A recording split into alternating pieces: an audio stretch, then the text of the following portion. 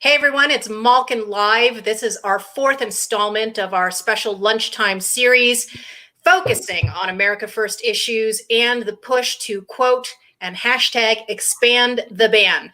As you know, ever since the immigration ban executive order was announced a little more than 2 weeks ago, many of us who've been fighting on these issues have urged the White House to actually make it meaningful and cover the vast pipeline, the myriad programs that are importing millions of temporary foreign workers who are undermining the American workforce, and particularly, of course, the U.S. tech workforce in this country. We've got less than 2 weeks now to get our voices heard. President Trump is going to consider input from a variety of cabinet officials. And of course, public outcry is really important on this. A coalition of American workers groups have been spreading the word, as well as a lot of longtime old guard groups in Washington focused on immigration enforcement and on stopping mass migration, including Numbers USA, Center for Immigration Studies, a number of other groups. So today I'm so excited because I have what I'm calling a power panel, three of the most knowledgeable players on the landscape of fighting against all of these temporary foreign worker programs. We've talked over the past week, and a lot more people are aware now of the damage that H-1B is doing. But there are many other programs, more obscure, more out of the spotlight, that in some cases are far more dangerous and more harmful than H-1B because they don't even have nominal caps on those programs and certainly no wage protections. And we'll talk about all of those. And I'm going to bring in my panel now. I've got to put my granny reading glasses on. Let's see, let's do it this way. Hello. In the bottom left-hand corner, we have John Miano, who is my co-author of Sold Out, a former computer programmer turned lawyer who advocates for American workers, works for the Immigration Reform Law Institute, as well as writing at Center for Immigration Studies. Jay Palmer is down in the bottom right-hand corner, an activist, a whistleblower, an all-around hellraiser on this issue. And Mike Emmons is to my, let's see, what is that, my left, my right, up there in the right-hand corner. And he is a longtime advocate for American workers who has shared his story for more than 20 years now in blowing the whistle. And we'll get to all of them. I want to start with John first. There's so much to talk about, but you mentioned to me right off the bat that you want to talk about the Orwellian titled HEROES Act. What do we need to know about this and what's going on in Washington? Well, if you have any wonder why the country's in so much trouble, just read this this HEROES Act. I mean, you just start off and it's $1 billion here, $2 billion here, $3 billion, and they have no justification of what this money is going to. They're just throwing money around, and that's the solution Congress has. And eventually get to the immigration provisions, which are convoluted and would just add confusion to the immigration system and wouldn't even help this situation. So it's really scary to read the bill. Yeah, what specifically bothers you the most? Well, what bothers me the most is they don't seem to have any plan. I mean, right now, it's already too late we're into this virus, the China virus problem already. It's too late to do prevention type things or line up foreign doctors. Congress at this point should be figuring out how are we going to get out of the economic mess we're in. And it's clear that they don't have the slightest clue what they're doing. I mean, they only want to throw money at it. Yeah. So you mentioned the foreign doctors that all of the lobbyists and the American Medical Association want to continue to import into our country.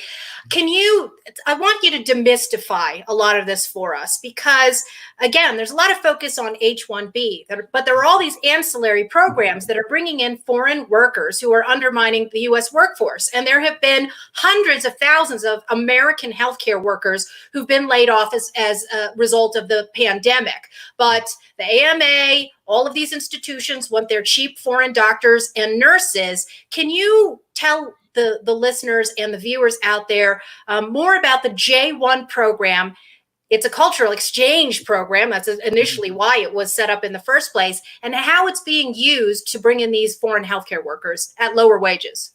Well, the J1 program, he said it's supposed to be a cultural exchange program, but it's being used for in the medical community is to bring in doctors to do residencies, foreign doctors to do residencies, which is kind of ironic because we have many Americans who graduate from medical school and they can't get a residency. So you would think that the first line of defense in the China virus problem will be to get Americans who couldn't get a residency, who then can't get a license, then can't practice medicine, we've already trained into the system. But no one even talks about that.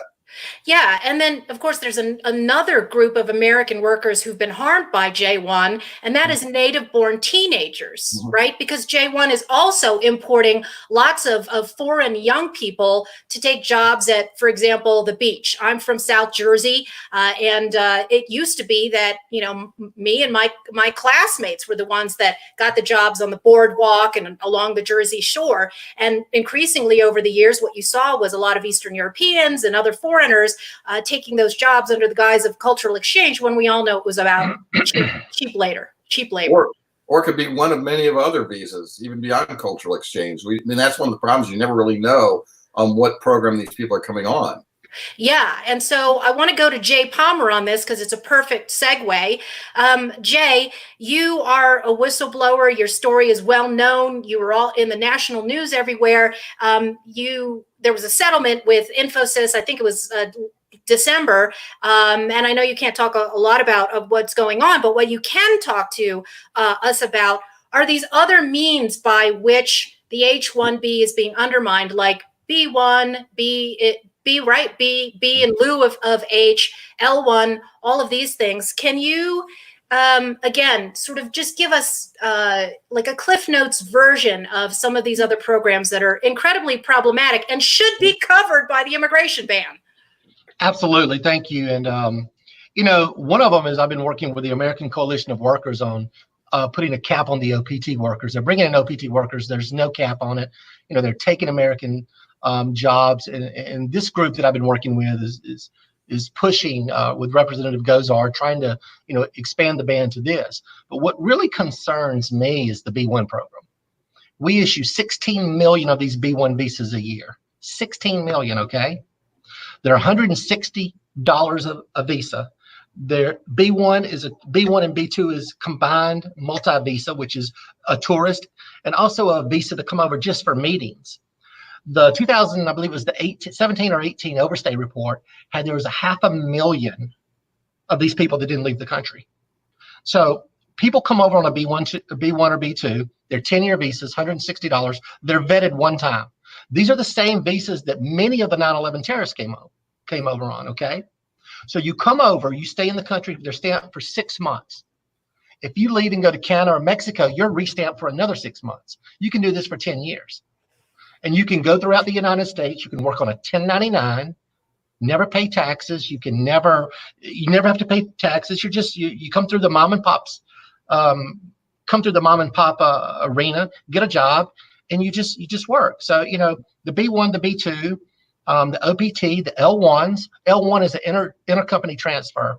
For example, if you work for a company over in India, let's say Wipro, and please sue me, Wipro, so I can get discovery. So, you know, when you come over on a visa like that, they're L1. You're supposed to be working for your company, but what they do is they farm them out because they can't get the H-1Bs. They farm them out to Fiat Chrysler. You too, Fiat Chrysler, go ahead, sue me. And they farm these visas out, or they farm these people out under L1s, but they're doing H-1B and they're doing American jobs, which what this means is they're replacing Americans on L1s, B1s, H-1Bs, OPTs, every type of visa.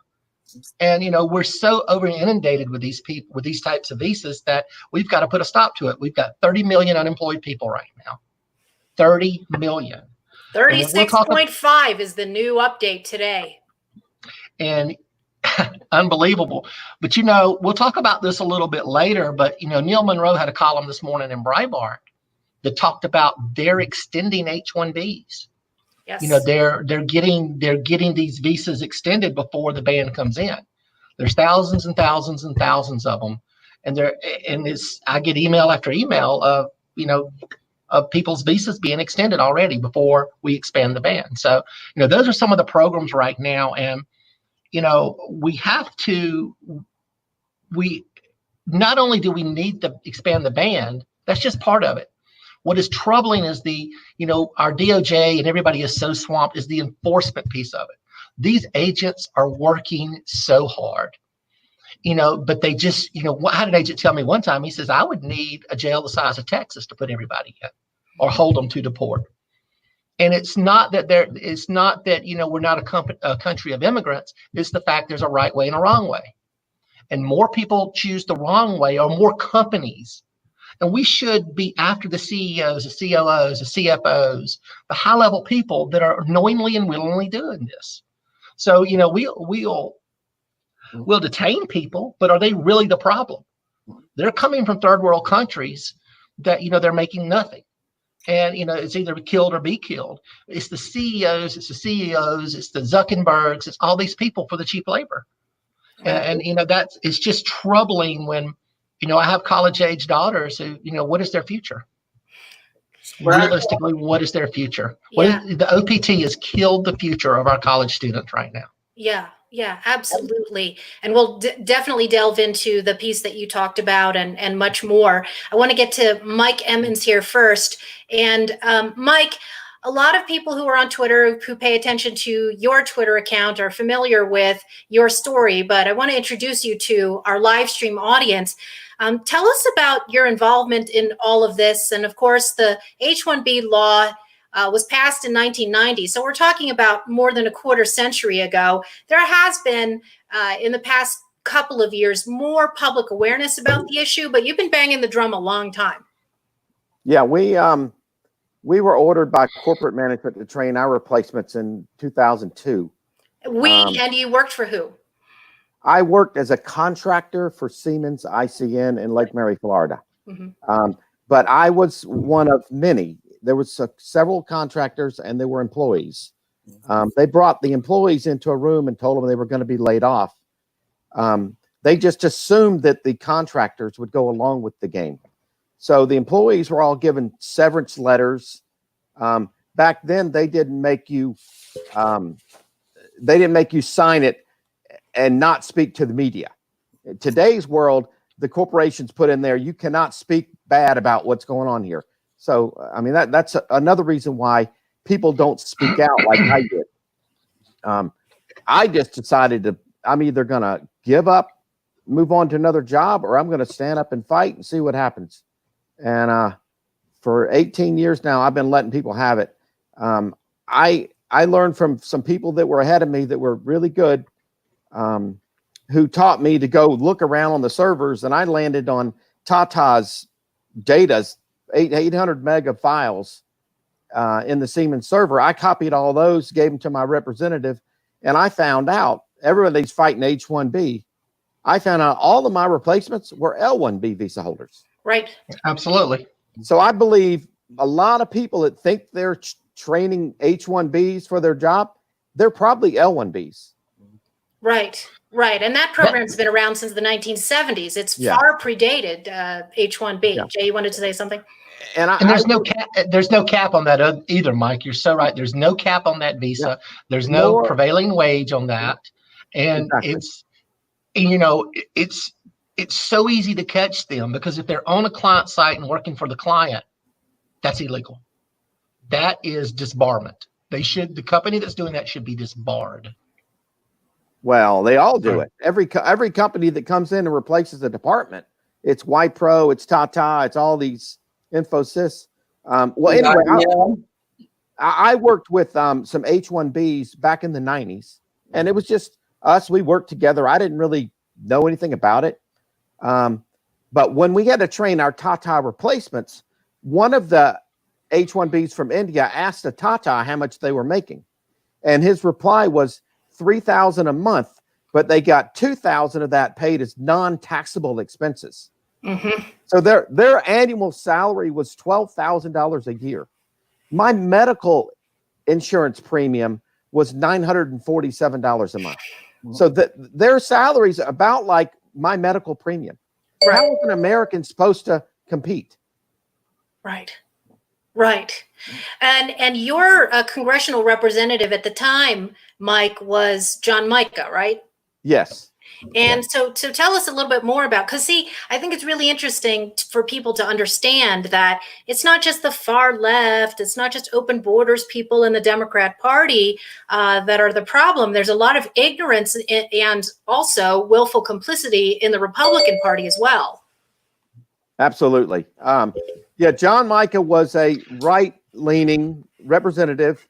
When we contacted him, he seemed like, well, he didn't reply back until I finally took my daughter and went to his house and knocked on his door, and his wife answered. And that's when his wife's like, "You're not supposed to be here." I'm like, "I can do whatever I want.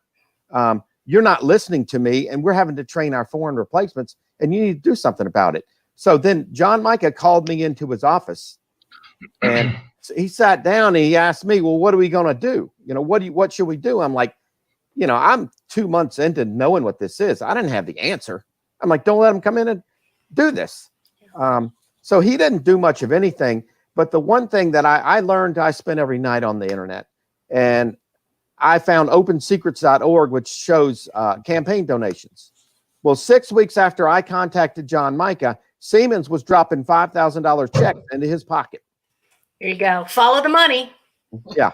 Yeah. Exactly. Yeah. So it's Republicans, it's Democrats. There are a few on the right that actually care. Gosar's one. Yep. But I don't know any Democrat that actually cares. Yeah. Yeah. And that's one of the reasons right now that I'm supporting. I normally don't support a lot of candidates, but I'm supporting Lauren Witzke out of Delaware. Delaware for Senate. Coons, yes. And also Barry Moore from Alabama. Yep. Who's taking Martha Roby's place. Yes. I think that, I think those two people, I've talked to them, they understand immigration. And I think that, they more than that, they understand America first. Yes. Because America first can mean a lot of different things. Yes. So, and it can mean education and health. It can mean a lot of things. But, those are, I think it's like, Michael said, we've got to look at our politicians in the face and then hold them accountable at the ballot. Yes, absolutely. Well, I want to go to John on this because, of course, I don't know about you all, but I voted for President Trump because I thought I was going to get an America First agenda. And there's all of these battles within the Beltway, within the West Wing, between Open Borders, Inc. forces, the forces that we talked about, John, and Sold Out. And here is the piece that Jay was just talking about from Neil Monroe today. Trump's deputies extend work permits for thousands of foreign workers. And there's a little laundry list here of Facebook and Apple getting hundreds and thousands of continuing approval extensions for their H-1B workers. Microsoft got 903. Jeff Bezos's Amazon got more than 1,200. And so it's business as usual, even as the sort of superficial face of the Trump administration in the wake of the pandemic is, well, we're going to hire American and put Americans first. What do you have to say about those extensions, and how do we explain this to people? Well, in Trump's defense, he hasn't made things worse. Can we say that? Well, unlike Bush, Clinton, Obama, yes. who took delight in giving the shaft to working Americans, Trump at least hasn't made anything worse, or hasn't made things worse. On the other hand, he hasn't made things better. And the expectation was that Trump was going to change these things. He said on the campaign trail that he was going to put an end to replacing Americans with foreign workers. He has the power to do that through the executive order. Because the Congress has explicitly given him the authority to block replacing Americans with foreign workers. I know that proposals have been presented to the White House to do that, and nothing's happened. And re-election's coming up. Time for election, Trump, and where's the keeping of the promises that you said here? I mean, all it takes is a signature. And we hear rumors about who's causing it in the White House. The latest rumors that we have is that Trump has appointed a Bushy to be the head of immigration policy, who is now doing the bidding of Apple and Microsoft. But we don't really know what's going on in the inside. We just see no action. Yeah, what I see is a lot of SOS smoke signals.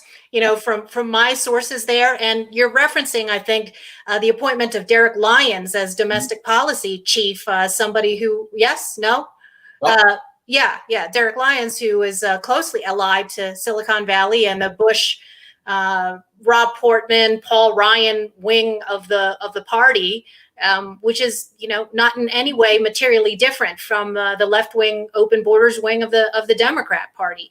So yeah, it is really frustrating. And I want to go back because we had mentioned OPT, and of course we talked about that and Sold Out, and you played a central role in exposing it. A lot of people have not heard you tell the story of the kind of the cocktail napkin creation of these administrative programs. Can you tell that story again? I know we did it when we were on C-SPAN or whatnot, but tell people about this. And then also for people who are really uninitiated, just kind of sum up what OPT stands for and what it is. OPT stands for Optional Practical Training, and it was a program created in 1992 that allowed people on student visas to work for a year after graduation when they weren't students, and it was under the radar for many years, because the people working a year after graduation aren't students by any definition of the word, let alone the statutory definition. But this program went on, and then in 2007, Microsoft came up with the idea of using this to get around the H-1B program. So the quotas in the H-1B program. So Microsoft and several tech companies threw a dinner for DHS Secretary Chertoff at the home of the owner of the Washington Nationals. And there they pitched the idea that if we let the people on student visas work for 3 years, or they call it 29 months, but it was actually a little bit longer, to work on student visas, then this OPT program that was created through regulation could serve as H-1B visas. Okay, so then DHS worked in absolute secrecy with industry and academic lobbyists to craft the regulations. They told absolutely no one that they were even working on these regulations, and then suddenly they put them out without notice and comment and claimed they were an emergency measure. And so then this created the largest guest worker program in the immigration system. Then we challenged it in court, and that court challenge is now in its 12th year. Okay? That's insane. And when you say we, you're talking about early, right? The Immigration Reform Law Institute and tech workers. Currently, the Washington Alliance of Technology Workers, a union in Washington, that has been before the courts for 12 years without bouncing around without a decision. Which is kind of embarrassing because you see how fast challenges to Trump administration actions fly through the courts. Yeah, right. Well, this is going on for 12 years, bouncing around as nothing gets decided. And what happened the first round is the court said that actually it was the second round. The court said that it was given without notice and comment, but the court then said that it was legal for them to do it. And it was actually pretty disturbing that the judge had no concern whatsoever that we were doing government over dinner tables with Microsoft and lobby. It didn't even seem to bother her in the least. And I guess that's how people view things in Washington. Yeah, right. Swamp business as usual. Jay, I wanted to go to you because you were mentioned in a recent piece on Breitbart. This is interesting because it brings us to the present now and the handling of the pandemic paychecks and the nexus between this and the H-1B workers. Do you know what I'm talking about? The problems with some of these unemployment software systems? Yes, absolutely. Yeah. I have had the privilege to work with some of these funding companies, and spoke with them, one like Fundera, First Home Bank. Some of these people are working really hard. I just want to say, first of all, these companies are working really hard to put our American small businesses back to work. I know because I've helped people with their, fill out their paperwork. There's people like, and I'm just, because I've been going back and forth for 3 or 4 weeks, Eric and Andre and all these people that work at these places. I want to just tell them thank you, because getting emails at 11 o'clock at night, somebody will forward me an email. Hey, can you help me understand what's going on with the payroll protection plan? These people at Fundera and, First Home Bank and some of the many others, they're just, they're working to put our people back to work. And I just wanted to say that and then get into the payroll protection plan because, it is helping in business, but it's also being exploited. And I think that's where you're going with this, Michelle. Yeah. It's being exploited. There are tons and tons. And I think everybody knows the layer system where you have a big company like an Amazon, and then under it you have a WePro or an HCL, and then you have body shops all the way under that. And these body shops, they don't use E-Verify. They don't care what kind of visa you're on. So you come to work as an H-1B, and you're replacing Americans, absolutely. You come to work as an H-1B, and you go up the layer system, okay? You go all the way up the layer. Well, these little LLCs, have 25 and 30, employees. But when you got 50 and 60 of these LLCs, you get into really big numbers. When one person opens it, when they get to 25 or 30, they'll spin off another LLC. Just call it something else. What has happened is these companies have applied for the payroll protection plan, and they've gotten it. The smaller ones have, and some of the big ones too. Well, they have laid off Americans, companies have, and now they're filling these roles with H-1Bs. But the H-1Bs are not being paid while on the bench. So the people have got the payroll protection, and I have a list of them, and I'll be glad to give it to whomever. By the way, I did FOIA all in certain areas, every company that got the payroll protection plan. I FOIA'd that about 2 weeks ago. But what they're doing is they're taking this money and they're doing whatever they want to with it, but they're not paying their employees, and then they're farming their out. They get these visa extensions, and they're replacing American workers again. So you got people on the bench, you got these companies getting the payroll protection plan, they're keeping the money, and as conservative as I am, as we are, these people that have replaced Americans are now sitting at home for 2 months with no salary when they should be getting something legally or go home. I know we don't have international flights, but they're sitting at home. They're in poverty now. They don't get unemployment, and the Americans are being laid off as well. They've been laid off. And when they're calling them back, they're calling back because these people are so desperate to work because they don't get unemployment. They're calling them back at such reduced rates that they'll do anything, for $7, $8, $10 an hour. Right. And, this program has just been exploited in that way. And I think this is where you were going with that, Michelle. Yes. And, it's just really horrific. And, the president put this in play, and, it's a good program, but it's going to be manipulated. It's going to be used by certain individuals. And at the bottom line, our 36 million unemployed Americans are going to be the ones that are not going to be called back to work. There are incidences right now where some of these H-1B dependent companies were laying off Americans or furloughing them. And I've got tons of cases like this, and I'm getting them legal counsel to go after them. This will really just upset you. Say you're making $1,000 a week, okay? Say that your unemployment is, you're getting the 600 plus whatever you get. Let's just say you're getting 800 a week, okay? Well, the company will give you 200 a week to make you whole, and then lay you off and furlough you, get the plan, and then hire an H-1B or another immigrant worker to keep somebody on the payroll, right, to try to meet the requirements, and call them in at such a lower salary. So that's what we're experiencing. So when America opens back up fully, we're still going to have tens of millions of unemployed Americans because we are still letting people in the country. People are not exiting the country, and they'll go back to work for less. And as good as the payroll protection plan is, because I think it's been a great program, I think there's going to be a lot of investigations. I just saw one in the paper the other day, and the American worker is going to suffer. Right.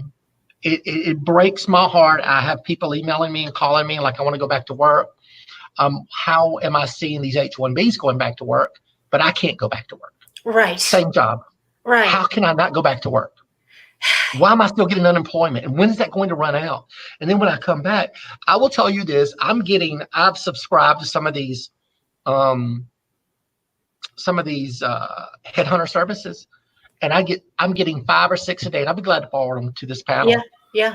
Them looking for H-1B workers. Some I forwarded to the governor of Alabama. I'm like, why in the hell, and I can say hell, why in the hell is the state of Alabama looking for an H-1B worker through a third-party contractor? Why? That's And stunning. that's where we're at. Yeah. That is where we're at right now. And that's why I'm encouraging in a very civil, a very non-confrontational way to our president of, hey, here's our problem, here's our solution. Let's forget about the past. Okay, we can't change what happened 3 years ago. We can't change any of the promises, but this is what we can do right here. This is how we can go forward. This is how we can stop this. And this is how we can put, the American worker back to work. And what really scares the hell out of me is, how many more days we got left to expand the ban? Less than 2 weeks. How many people have we kept in the country? How many H-1Bs, L-1s, how many of these people have been extended? It's almost like, okay, we know the buffet closes at 10 o'clock, so we're going to eat as much as we can. Yeah. So we're just stuffing the pot right now. Right. With all these workers. Right. And so it should have been 10 days after the initial ban. Right. Not 2 months. 36 million. Well, sorry, go ahead. Go ahead, John. Well, what I was saying, one of the problems we have is, President Trump seems to have isolated himself from the type of people who got him elected. I mean, it seems complete isolation. I'm sure that if President Trump were to hear what needs to be done from the people who know what needs to be done, I think that he would probably do the right thing for Americans. But somehow he set up this system of gatekeepers who represent the establishment, the old order of Washington, who keep everything from him. I mean, I don't expect President Trump to know the difference between an L-1 visa and an H-1B visa or all that. But I would hope that he would have people who did know, who had the interest of American workers doing that in front of him. Well, yeah. I agree and disagree. Go ahead. Go ahead. I agree and disagree with you, John. I agree with you. I agree. I love you, but I agree and disagree with you a lot as well. The president is very well educated on this, but it works like this. And I will tell you this, as I've told the people that I deal with, the biggest problem that the president has right now for re-election is not people voting for Joe Biden. It's for people just not voting. It's for people sitting home. Yeah. And I will tell you this, and there are organized groups out there right now just saying we're not going to vote. Yeah. To hell with. And I will tell you this, it's the last person that gets in the president's ear. Right. It's either, if it's Stephen Miller or Jared Kushner, whoever's the last one to get in his ear wins. So, it's like, that's a Saturday Night Live skit. Let's hide outside the door. And when he goes to the bathroom to sign an executive order, let's see who can run up to him first and get in his ear the last one. But that's the way it works. It's the last one that gets in his ear wins. It's too bad that Jared Kushner and Ivanka Trump weren't self-quarantined and isolated permanently from the West Wing. That would be the best thing for America.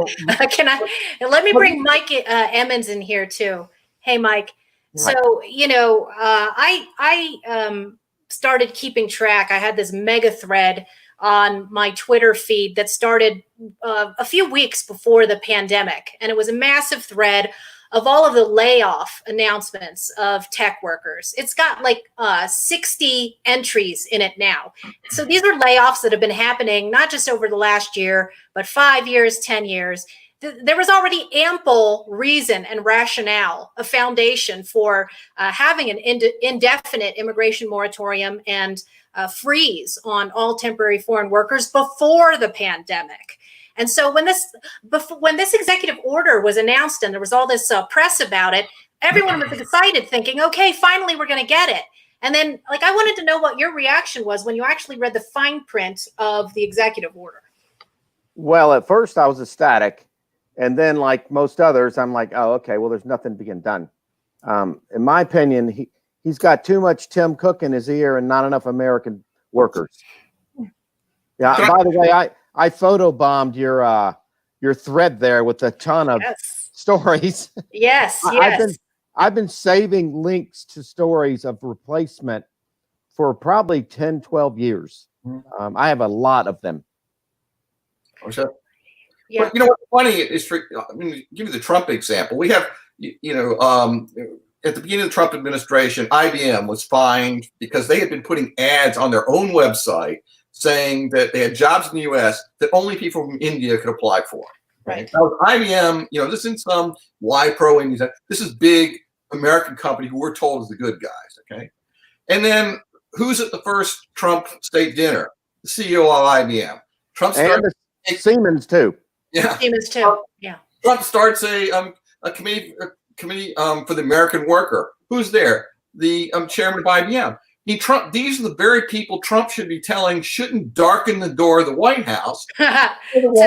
Yes. So to borrow a very famous phrase, and just for people who might not know, the citation comes from the Bush administration, Karl Rove telling Tom Tancredo, one of the heroes, original godfathers of America First, that he was not allowed to, quote, darken the White House door for his advocacy for Americans.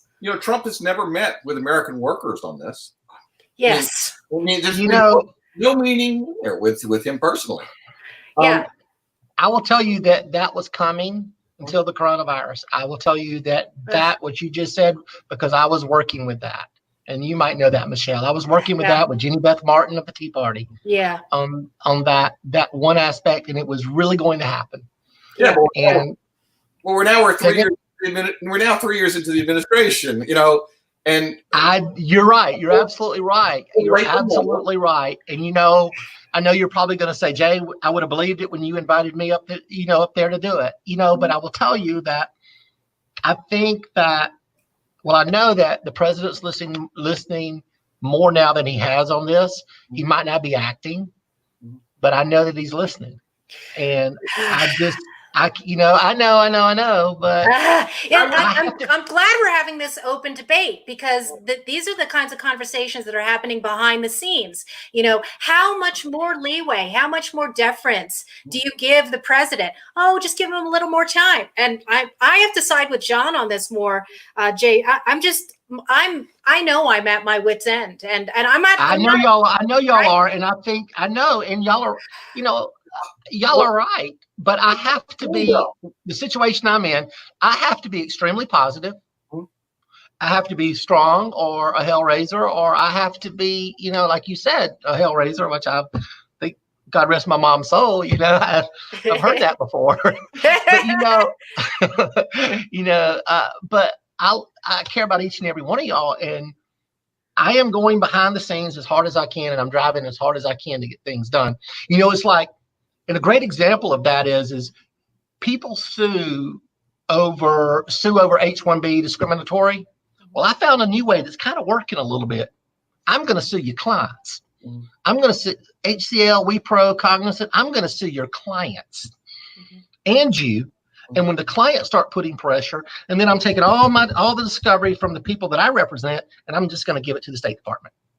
And I'm going to push it that way. And it seems to be working a little bit. And some of the things that I can't talk about that are coming down the pot, I've caught a scheme that was sent to me by an Indian, and a lot of people that talk to me are Indian. And I disagree with the H-1B program. I disagree with the way it's run. There are some smart people. It was created to create jobs and not displace Americans. And, it just breaks my heart to see the American worker be put out of work like Mike Emmons. I mean, to me, I don't use the word hero, but you standing up, Mike, is somebody that, it touches my heart. Well, to hear what you've been through. And, I wasn't displaced. I was just stubborn as hell. Yeah. And, to see what you go through or what you went through and to read stuff about you, man, I don't just hold a fought, candle man. to you. I just fought. Yeah. And that's the American spirit. I'm a developer. I don't just manage servers here and there. I build applications to make people more productive. And I've learned to retrain myself. And I left on my own when I landed another job. I didn't get fired. Yeah. I was a contractor. Yeah. You can't fire a contractor. I've been employed for the past 18 years. Well, I want to tell y'all something. I don't need praise for that. I want more people to speak out. Right. I want to know, how can we get more people? There's not many. There's Melody in Ohio at Anthem. She's spoken out very loudly. Yeah, we need more people. But what I'm trying to do? I'm trying to turn the Indian H-1Bs against the companies. And that's just, maybe it works, maybe it doesn't. Because when you displace an American worker and you're told, and I will tell you, I found a loophole in the law for our favor.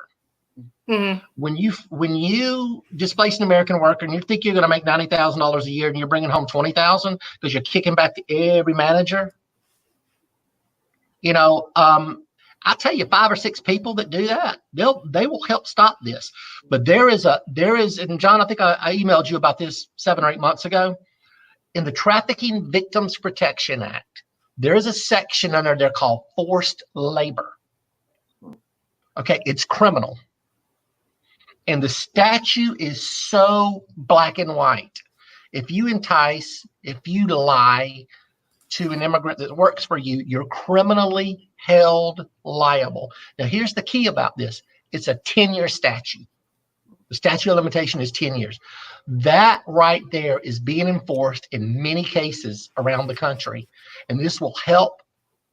This could be the equalizer for the H-1B program and the American worker, because we need to start sending these people back home, and we need to start putting Americans back to work. And I think this little, it's not well known, but I think that we will be able to do that. We'll be able to start sending people back home. Hell, somebody told me, let's get Facebook and Apple and Amazon to charter a bunch of Delta planes and let's start sending people back home and putting Americans back to work. And I think that's a great idea.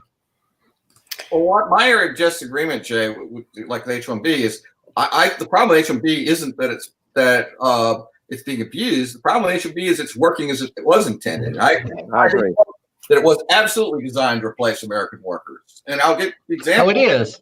That is it. The very purpose of the H-1B program is to replace Americans with cheap foreign labor. That is what Congress has enacted. That is what Congress intended. When I first started getting involved in this in 1994, when these first replacements for American workers took place, companies are using loopholes in the law. Then comes 2000, when the the second H-1B comes, and Congress had before it a provision to ban Americans from being replaced by foreign workers, and instead Newt Gingrich, Dick Armey, Spencer Abraham pushed through to make it legal to replace Americans with foreign workers. So it's not an accident that this is happening. This is the result of deliberate action by Newt Gingrich, Dick Armey, Spencer Abraham, and the rest of the Congress. 2004, Congress made it legal to pay H-1B workers at the bottom 1/6 of U.S. wages. So replacing Americans with cheap foreign workers is exactly what Congress has enacted. They should be held accountable for it, because we tell them that about this being abused. They say, we can do these little tweaks and fix it with little enforcement. No, the entire H-1B program needs to be completely thrown out. It's not that H-1B. Well, you just educated me on some things. You just really educated me on some things, because one of the first conversations I had with Senator Chuck Grassley was I was full of something in vinegar. And I said, we need to just eliminate the entire H-1B program. And he said, well, that would be a good idea, but I'm a reformer. And, I think I sent a message to one of his, that's been 10 years ago. And I sent a message to one of his aides not long ago and said, where the hell's the reform at? It's gotten worse. So I agree with you. It needs to be, I did not, I guess I'm just a little naive in some areas, because I really thought it was all created with good intention. But I see you smiling. But Well, let me give one example. That if you print out the H1 program, the H2 program that preceded H1B, okay, it fit on one page. If you print out H1B, it would take you 30 pages to print it all out. Okay, and the only thing in that link is mischief. I mean, that's lawyers plowing in. And one of the things that numerically we look at is the explosive growth of the number of immigration lawyers since the Immigration Act of 1990 totally screwed the immigration system up.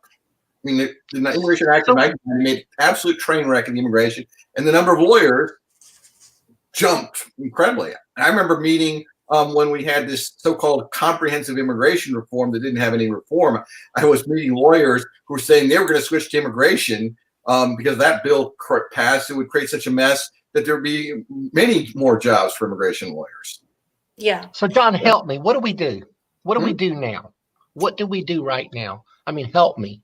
Well, because that. Help me. What do we do right now? The number one thing is we got to get the word out to the public. I guess kind of like what we're doing. I mean, there's a complete media blackout on this. Okay, the New York Times kind of did a little snip into the blackout when they covered Disney. Okay, but for example, the Washington Post has not covered an instance of Americans being replaced by H-1B workers since 1996. Okay, they tell their readers it isn't happening. Yeah. And just to interject real quickly, it's not that there's a blackout necessarily. It's that most of my colleagues in the Fourth Estate write articles from the perspective of foreign workers and foreigners getting into the country and not American citizens. Yeah. The New York Times just yesterday has this sob story, and it's titled, "They Lost Their Jobs. Now They May Have to Leave the United States." And I saw that nonsense. Right. And it's got this foreign couple, mixed couple, one citizen, one foreigner, and boo-hoo-hoo. They might not be able to come back here and get in. That's the perspective with which they write these pieces. Go on, John. Well, I'll give you an example in the media thing. I represent American workers who were replaced by H-1B workers at Southern California Edison. Okay? And they're challenging the regulations that allow the spouses of H-1B workers to work. Okay? H4. H4. Everybody needs to know about this. That's what we're talking about. That needs to go away quick because that's just two H-1Bs. Yes. Try comparing the number of sob story articles over H4 workers potentially losing their jobs to Southern California Edison workers losing their jobs, or even American workers in general losing their jobs. Yeah. It doesn't happen. In America, it's politically incorrect because the narrative the American media the American media has several immigration problems. The first one is they view every foreigner in the United States as an immigrant. They make no distinction between guest worker, illegal alien, and immigrant. All three are the same, and that's the story they want to tell. You'll never see any difference between them. The second media thing they want to tell is that immigrants create jobs; they don't take jobs. They say, and so when you have a story, so when you have a story like New York Life replacing 1,000 Americans with H-1B workers, that disrupts the narrative they want to tell that these people are creating jobs. So they completely ignore the story. One of the examples we gave in Sold Out was that when Disney first laid off the American workers, okay, the local Orlando Sentinel reported on the layoffs. Obviously, 250 people in a metropolitan area like Orlando losing their jobs is something they have to report on. Right. But they conveniently left out the part that they were being replaced by foreign workers. Yes, right. And then, if we remember, Patrick Thibodeau, for months reported on this in Computer World, and then finally, about 6 months later, Disney, the New York Times picked up with it, and it apparently was their most read article ever on their website. Yeah, people think it's a victimless crime, and I was flat told that. I tell you how pervasive this is. The guy that worked at Disney, Leo Piero, he lives 4 miles from me. Mm-hmm. Two of the most known stories are right here in one location. Yes. That's not a coincidence. Yeah. It's everywhere. Yeah. We before we went live, Mike, you were dubbing it. The tragic kingdom. Right? Yeah. The tragic kingdom, dismal world. Yeah. I would So- never go there. Yeah, we have about 10 minutes left. And so I want to go to each of you and give you a couple of minutes to get in any points that you haven't raised. And then, to address, I think, more fully Jay's question about what do we do from here? What do we do? So, John, I'm going to start with you. So we reverse here on the end and go John, Jay, and Mike. Oh, well, just now that I'm put on the spot, let me, can I speak to President Trump? Yes. President Trump out there, Americans were expecting change. I mean, President Trump, you are an experiment. We wanted something to do to make change. The American public knew that electing a Bush, Clinton, or whatever wasn't going to have any changed America. You promised you were going to put an end to this, and nothing's happened. And I don't want to say that you've been a bad president, because many good things have happened under you, but we were expecting a lot more. And what's going to happen is, I think, as Jay has said, is that people aren't going to be voting for the senile guy, but they're just not going to be voting for you. They're just not going to come out, because the enthusiasm gap is growing here. And you should listen to the people that I talk to about what's going on with the immigration system. The average American workers, I'm speaking to these people all the time, and clearly you're not, because they are really mad at you. Because nothing has happened here. As I said, I don't think that many of them are going to go jumping over for senile guy, to elect a senile president, but they might just not. It's very likely they're not going to vote for you at all. So, I hope you'll start listening to the average American worker, the people who got you elected, and start listening to their concerns, and kick out the swamp creatures who apparently are filling the White House and blocking the message of ordinary Americans from getting to you. Amen. Jay. So I want to say thank you, Michelle, and everybody first. This is not a red or blue problem. This is a purple problem. It really is. And it's just not a technology problem, the technology industry. It's in every industry. Right. I have people reaching out to me from oil and gas. I have people reaching out to me, teachers. There's some replacing teachers right now with immigrants. I have, of course, the medical field, accounting. It's every field. There was a case out in California against Tesla where there were people from Croatia coming in on B1 visas. Yeah. There was actually a gentleman beheaded at a BMW plant that was on a B1 visa, working about 2 years ago, Boren Spra. So, I'm not sure I know what the answer is. I know that, I know what the answer is. The answer is to expand the band. Yeah. And if we don't do that, we're going to fall into the Great Depression, worse than the Great Depression. It's going to get worse. It really is. And I guess one of the things we didn't talk about that really worries me is that a lot of what happens in DC inside different areas of the government is controlled by the Chamber of Commerce. Yes.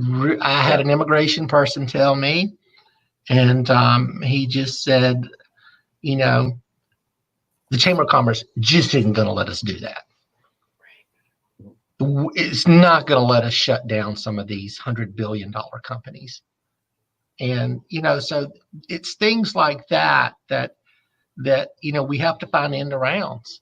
My heart is with the American worker, putting them back to work. And then as a Christian, I sit back and I say, what do I do about these immigrants that are here? And, we brought them here as a country. Do we leave them on the streets not fed? A Christian doesn't do that. What do we do? So, people have come at me hard because I help Indian people, but I can't help Indian people that are being human trafficked. That is what I'm really doing right now. But if I do that, I'm raising awareness, right, of what's really going on in our immigration system and in our country. And the last thing I want to say is I appreciate everybody. vote for Barry Moore. I think he'll do a good job. Vote for Lauren Witzke. I know she'll do a good job. And if we start draining the swamp one by one, maybe we can do what President said, put America first and go forward. Thank you. Yeah. Amen. Mike. Yeah. There's two more people that I would like to bring up. That's Jerome Bell from Virginia. He's strong on immigration. He understands the visas, as well as Tricia Flanagan from New Jersey. They're both strong on immigration. I've been around for a long time, and I came in right after the year 2000 crunch, where we had to hire so many people, and the number of H-1Bs was actually 205,000 a year. And then when we went public, I had people telling me that we actually brought it down to 65,000. Not sure if that's true or not, but somebody told me that. Anyway, what I saw then was the huge crunch for more H1, laying off more people in the downswing in the tech industry. So you're going to see more Americans pushed out of work during this crunch, just like we did in 2000. People need to pay attention. We need to expand the ban. We need to find a way to get more people involved. Absolutely. And the American Workers Coalition was referenced. They're doing fabulous work for people who want to get involved and volunteer and do something in their local communities, especially supporting more and more of these America First, American workers advocates running for Congress and Senate. And, we have Jeff Sessions who's running for Senate. And there you go. I mean, talk about a problem with the swamp. You've got President Trump endorsing Tommy Tuberville, who doesn't know jack about immigration policy and who has explicitly said that he wants to bring 400,000 Indian tech workers to the country. Okay, that's who Trump endorsed. And, he used his Twitter feed to take further swipes at Jeff Sessions, who's been in this fight as long as all of you have and I have as well. That's just insane and dispiriting, and to use the Zoomers term, blackpilling. Yeah. I have one more. Yes, go ahead. I've worked with the American Workers Coalition for all of last year, and for every week or so, we were calling multiple offices, representatives and senators, and we were waking them up. Yes. They were so glad to hear from an American that was stating what was going on. Yeah. So if more people will get involved, we can wake them up. They're not hearing from us. Yeah. Yeah. Well, Michelle, I've never met a conversation I didn't like. So anyway, I'm doing some work with the American Coalition of Workers, and they're doing a lot of things right now. But to Jeff Sessions, the guy that was running against Barry Moore, I'm in Alabama for Martha Roby's seat, Jeff Coleman, he used foreign workers at his moving business. He overstated the weight of the trucks, gained $730 million from the federal government, wasn't indicted, but did a settlement for $5 million. And he doesn't know his ass from third base when it comes to immigration because he used foreign workers. Wow. Yeah. And, it's things like that just, to Mike, we got to get people that know what we're doing. And yes, I could talk for 2 more hours. I'm done. Yeah, absolutely. And I just want to remind people that we have made progress. And I think it's good to end on a positive note here, because in the last 2 weeks, thanks to all of our collective efforts and efforts like all of the online activists at American Workers Coalition and other workers groups, Sarah Blackwell, who's a longtime friend of mine in this as well. There are 4 senators and 8 congressmen, all Republicans, of course, who have signed public letters pushing for President Trump to expand the ban to include temporary foreign workers. I don't understand why that's not every single Republican. Actually, I do. It's follow the money, like we all said. And you can look at the campaign contributions that explain everything about why we are where we are. And I think that the more people understand that there are forces that are embedded with the West Wing, led by Jared Kushner, and who are as essentially operatives and acolytes for the Bushy people, the Romney people, the Paul Ryan people, Tim Cook, Jeff Bezos, and Microsoft. If there's a vacuum, and if we don't push back, of course, the vacuum is going to be filled. And so I want to thank each and every one of you. John Miano, you can be found not on Twitter. You really should sign up and start doing it. But people can find his work at the Center for Immigration Studies, as well as our book, Sold Out, which you can find on Amazon or Barnes & Noble. Yeah, there it is. Thank you very much, Mike. And Jay Palmer, you are at Jack J. Palmer on Twitter. People can find you there. Is there anywhere else that you want people to reach you or find where you can be? That's it. I'm trying to be incognito these days. Okay, gotcha. But you are there. And Mike Emmons, you're at TROUP 1988. Is that correct? 1998, yes. 1998. Okay, I'm a decade off. So thank you all. And of course, everyone can reach me at Michelle Malkin. And this live stream will be available at BitChute. My friends at BitChute who are backing everything up, because you never know when we're going to be booted off of the Silicon Valley platforms. Take care, everyone. Thank you. Thank you. Bye-bye. Bye-bye.